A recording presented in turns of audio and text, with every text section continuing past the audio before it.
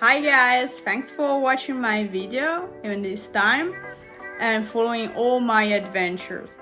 This weekend we went to riding dirt bikes at Fabrica di Roma. It wasn't a really easy track, I must say, but we had a lot of fun.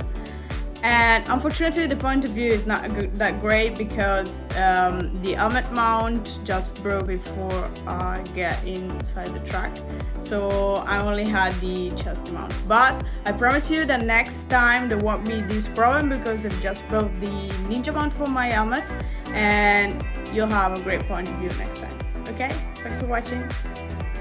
I really hope that you will enjoy the video anyways, and don't forget to subscribe and stay tuned for all my adventures.